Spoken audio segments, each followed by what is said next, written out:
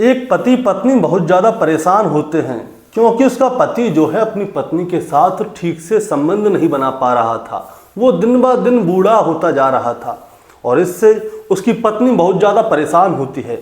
इसीलिए वो एक दिन एक तांत्रिक बाबा के पास पहुंच जाती है और उस तांत्रिक बाबा को अपनी सारी कहानी बताती है कि मेरा पति दिन ब दिन बूढ़ा होता जा रहा है और वो मेरे साथ ठीक से संबंध भी नहीं बना पा रहा।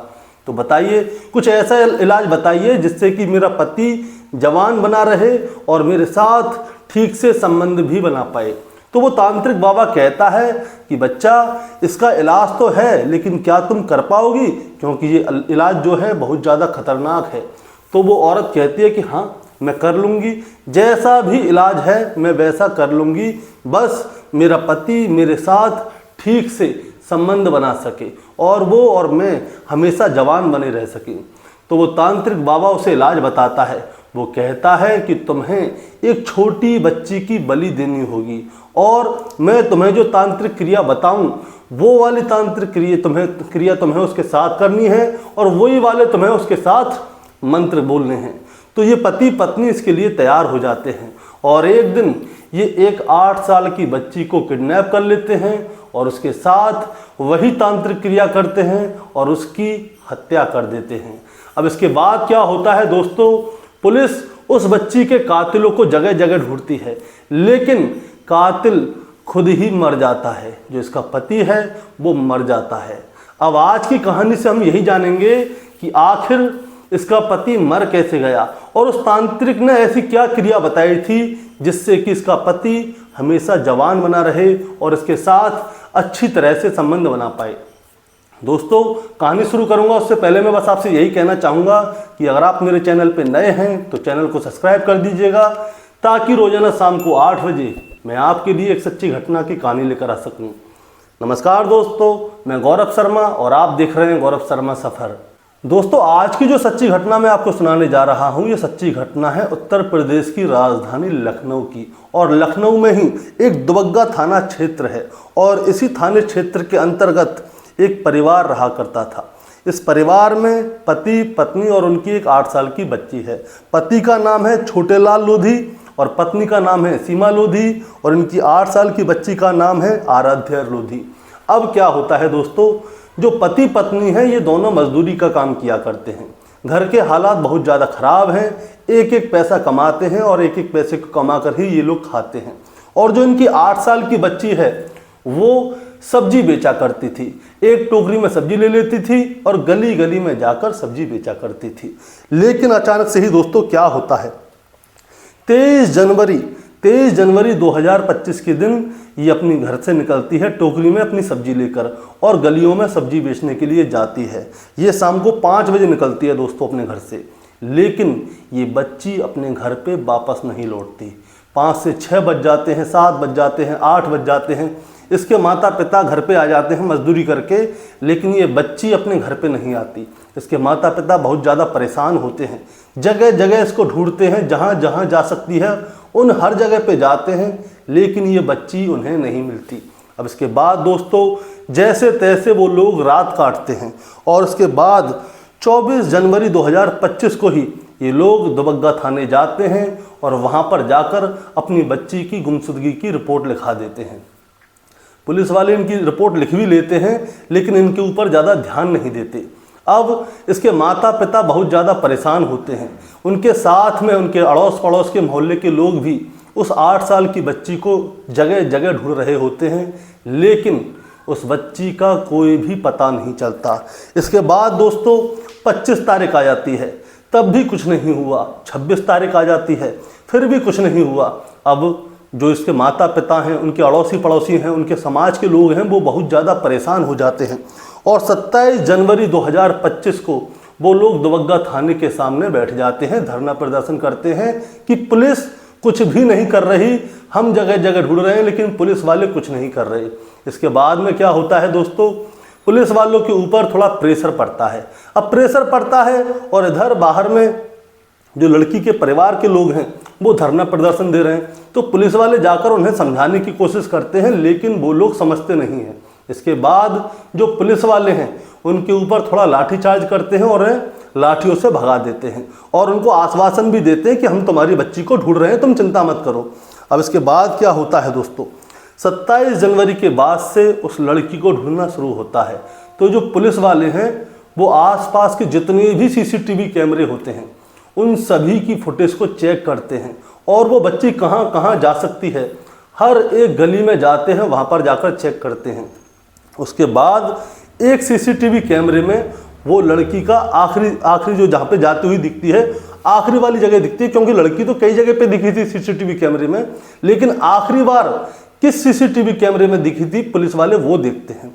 उसके बाद क्या होता है दोस्तों, एक महिला होती है, वो महिला उस 8 साल की बच्ची से बात कर रही होती है और वो महिला आगे चली जाती है, वो बच्ची भी उसके पीछे पीछे चली जाती है और उस महिला के पीछे ही एक आदमी होता है जो कि अपने हाथ में एक साइकिल लेकर होता है और उसमें एक बॉक्स होता है साइकिल के ऊपर। अब ये पुलिस वाले ये देखते हैं कि ये महिला और ये आदमी कौन है, क्योंकि ये बच्ची इन्हीं के साथ जाती हुई दिखी थी, लेकिन आगे ये महिला भी गायब हो गई, ये आदमी भी गायब हो गया। अब इस महिला और आदमी के बारे में जानकारी ली जाती है कि ये दोनों कौन हैं। तो पता चलता है ये जो आदमी है इसका नाम है सोनू जोशी, जिसकी उम्र है 34 साल, और जो इसकी पत्नी है इसका नाम है जुगनू जोशी।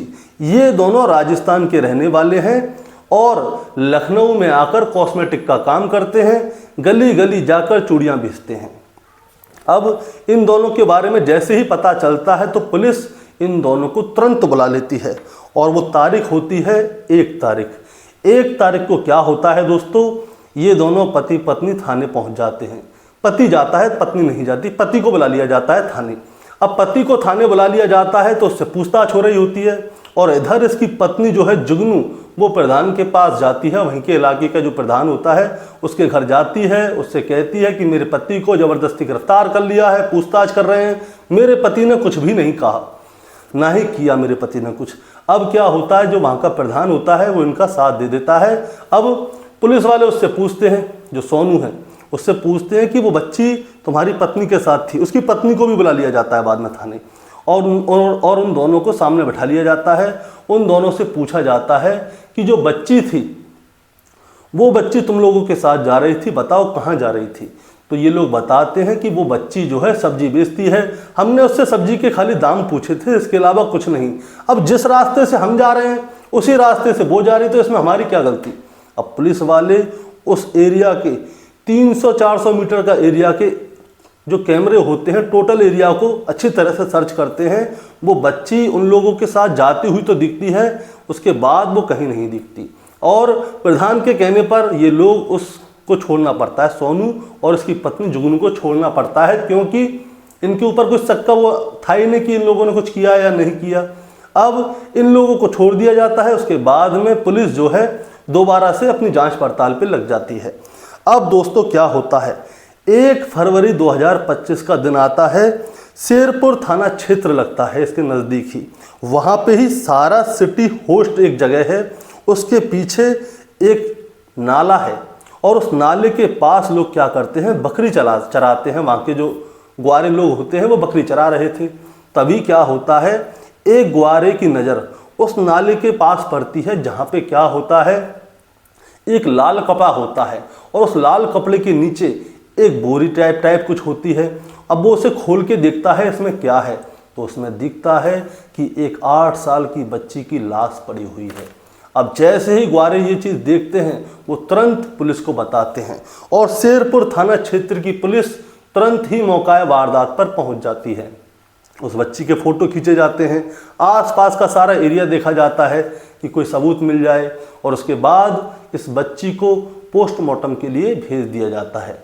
और इस बच्ची के जो फ़ोटो होते हैं वो सभी आसपास की जगह पे सर्कुलेट कर दिए जाते हैं, जितने भी थाने होते हैं। अब ये जो फ़ोटो है वो दवग्गा थाने क्षेत्र में भी आता है।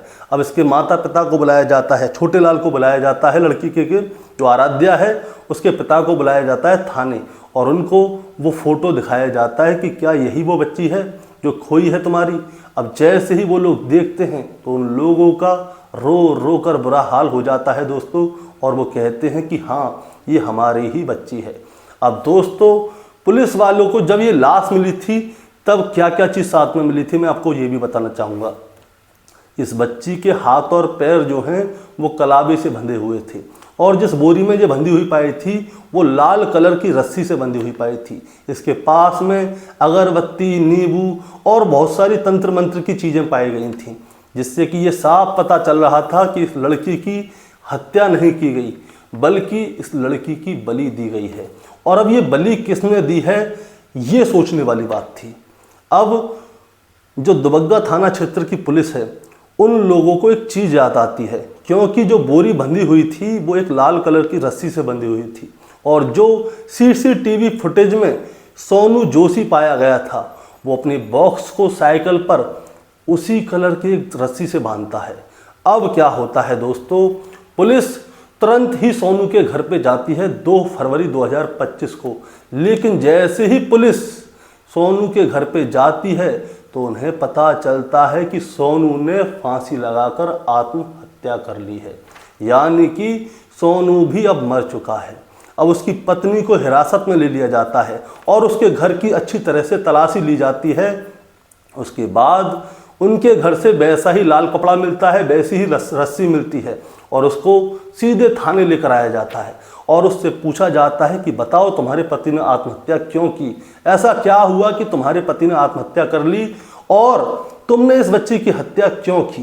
दोस्तों अब जो है जो सोनू की पत्नी है जुगनू वो भी घबरा जाती है और इसके बाद वो सारी बातें खुलकर सामने रख देती है। अब वो सारी बातें क्या थे दोस्तों, होता क्या था, ये जो सोनू जोशी है और जिसकी पत्नी जुगनू जोशी है ये दोनों राजस्थान के रहने वाले हैं जो कि लखनऊ में आकर अपनी गुजर बसर कर रहे हैं। चूड़ियाँ ले जाते हैं बॉक्स में रख के, घर घर पे जाके बेचते हैं। अब जो सोनू और जुगनू हैं इनके बहुत समय से बच्चे भी नहीं हो रहे थे, इनकी शादी को बहुत समय हो गया था, बच्चे नहीं हो रहे थे। फिर क्या होता है, अब सोनू दिन ब दिन बढ़ाता जा रहा था, जब गरीबी आती है तो बुढ़ापा भी जल्दी आता है। अब ये अपनी पत्नी के साथ सही से संबंध भी नहीं बना पा रहा था, जिससे कि इसकी पत्नी बहुत ज़्यादा परेशान हो जाती है। अब पत्नी परेशान हो जाती है, बच्चे हैं नहीं, तो पत्नी जो है जगह जगह पे लोगों से इसका इलाज पूछती है कि कोई कुछ बता दे। तभी कोई इसकी पत्नी को एक तांत्रिक का पता बताता है और वो कहता है कि वो तांत्रिक शर्तिया इलाज करता है। अब जो जुगनू है अपने पति सोनू को लेकर उसी तांत्रिक के पास पहुंच जाती है। अब तांत्रिक के पास पहुंच जाती है तो तांत्रिक कहता है कि मेरे पास इसका इलाज तो है, लेकिन अगर तुम कर पाओ तभी बात करना। वो कहते हैं कि जो भी इलाज होगा हम करेंगे, आप इलाज बताइए बस।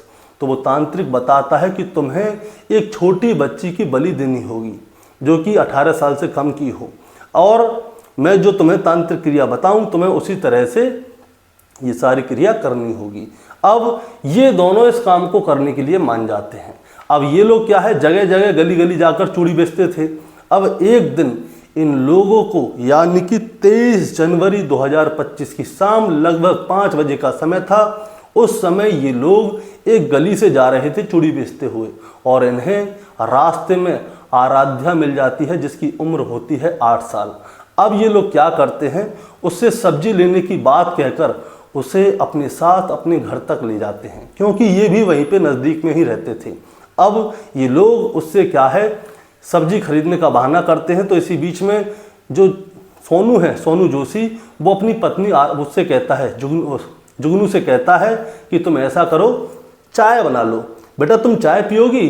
तो वो बच्ची मना करती है, लेकिन ये कहते हैं कि ऐसा करो तुम भी चाय पी लो, तुम भी बहुत देर से सब्जी बेच रही हो, तुम ऐसा करो अंदर आ जाओ। अब ये लोग उस 8 साल की बच्ची को अपने घर के अंदर खींच लेते हैं चाय के बहाने और लगा देते हैं दरवाज़ा। अब ये लोग क्या करते हैं, जो कलावा होता है उसे उस लड़की के गले पर लपेटते हैं और उसे खींच कर और उस कलावे को तब तक खींचते हैं जब तक कि उस लड़की की मौत ना हो जाए, और उस लड़की की हत्या कर देते हैं उसी कलावे से। और उसी कलावे से ये लोग उसके हाथ पैरों को बांध देते हैं और उसके साथ तंत्र विद्या करते हैं। जो मंत्र उस तांत्रिक ने बताए होते हैं वो सारे मंत्र पढ़ देते हैं। अब क्या होता है, जिस बॉक्स में जो सोनू जोशी है चूड़ी बेचता था, उस बॉक्स में इस लड़की को लपेट के रख दिया जाता है एक बोरी के अंदर, और उसे अच्छी तरह से पैक कर दिया जाता है ताकि किसी को कुछ पता ना चले। और इसके बाद शेरपुर थाना क्षेत्र में जो सहारा सिटी होस्ट है उसके पीछे एक नाला है, वहाँ पर जाकर उस लड़की की बॉडी को वो डंप कराता है और जो लाल कपड़ा होता है उससे उसे ढक देता है और अपने घर पे आके चैन की सांस लेता है। लेकिन 1 जनवरी को ही सोनू को जो है थाने बुलाया जाता है पूछताछ के लिए। लेकिन जब सोनू थाने से अपने घर आता है तो उसके हाथ पैर कांप रहे होते हैं, उसे डर लग रहा होता है कि कहीं ऐसा ना हो कि मेरा ये राज खुल जाए। इसीलिए सोनू क्या करता है, घर पे आता है, फांसी लगाता है, लटक कर मर जाता है। अब ये महिला अकेली बस्ती है, इसकी पत्नी जुगनू, उसके खिलाफ FIR दर्ज हो चुकी है, चार्जशीट लग चुकी है और ये जेल पहुंच गई है। जो तांत्रिक है वो जो बताया गया था उस लोकेशन पर नहीं है।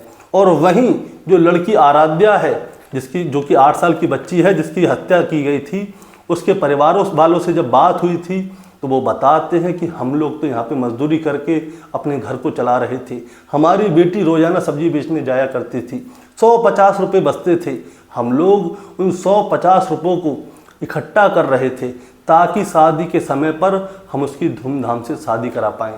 लेकिन हमें क्या पता था कि ऐसे इंसानों के रूप में राक्षस मिल जाएंगे जो कि हमारी बच्ची की जवान रहने के लिए बलि दे देंगे, उसकी हत्या कर देंगे। दोस्तों, इस कहानी को सुनाने का मतलब आपको परेशान करना या विचलित करना बिल्कुल नहीं है, बस आपको बताना है और जताना है।